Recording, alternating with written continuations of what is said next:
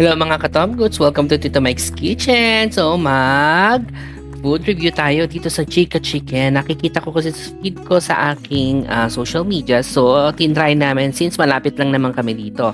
So, itong Chika Chicken na to, second time na namin. Nung first time kasi, pasara na sila that time. So, may car wash. So, tabi lang siya ng BPI sa C. Raimundo at saka nung Baliwag Lechon. So, yun. So, napapagitnaan siya. So, ayan. Siyempre, pet-friendly rin sila. So, ayan. Isa lang yata may-ari nito. Ito, compound kasi siya. I think isa lang yung may-ari. Ano? So, ayan. Meron din silang, I think nasa Grab na rin to. So, bukod sa chicken, may burger sa unang stall. Tapos, ito, milk tea. Thai tea to.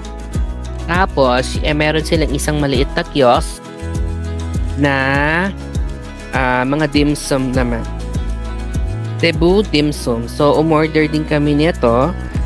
So, tikman natin. Hindi ko kasi alam kung Cebu dim sum. So, yun. Diba? At saka dito, makikita mo kung paano siya niluluto or ginagawa yung mga food nila. So, nakita naman namin malinis naman yung process nila. Tsaka walang mga daga-daga. Alam mo yun, mga ipis-ipis. Tapos, ito yung sinasabi ko parang food cart pala to. So, dim sum. So, ito na nga. Mabilis naman yung serving. So, ito na nga yung Cebu style steamed rice. Yung steamed rice nila, kakaiba. May ano kasi siya, may sauce sa ibabaw. Tapos, mili ka na ng toppings. Ito yung chicken skin. Tapos, ito yung Kanto style. Isang buo yung binili namin. Kami dalawa yung kakain. Tapos, syempre hindi na may uubusin dyan, no? So, for me, yung Cebu pork, yung kasi yung pinili naming toppings. So, yan. Yung sabi niya, medyo weird yung lasa. Baka hindi na kami sanay dun sa, siguro sa mga nilalagay nilang pampalasa. Weird. Kakaiba kasi siya. So, for me, for us, 3.5 out of 5. Pero yung dim sum, kung dim sum at dim sum lang, 5 out of 5. Masarap siya. In fairness naman doon sa dim sum. Tapos, ito namang chicken skin. Bukod sa masarap yung sausawan, super crunchy yan. Hindi ko na nilagyan ng tugtog kasi may kanta doon sa background. So, baka ma-copyright tayo. So, yan. 5 out of 5 itong chicken skin. In fairness, malinis. Hindi maanta. Diba may ganon? Tapos, ito na yung fried chicken. 5 out of 5 to para sa akin. Una, bukod dun sa gravy, meron pa siyang parang ano to is teriyaki sauce. Kahit wala nga sauce masarap yung chicken. Juicy. In fairness. Pero talaga ang sarap ng dim sum nila.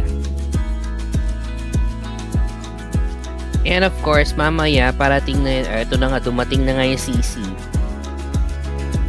Well, for me, yung sisig is, bibigyan ko to ng 4 out of 5. Masarap naman siya, kaya lang siguro, yung preference ko talaga ng yung sa Gilligan's talaga, sasarapan talaga ako doon. Tapos, yung sa may G Resort sa Pangasinan, sarap doon. Yung dalawa sa pinakamasarap na sisig, sila ang aking batayan ng sisig.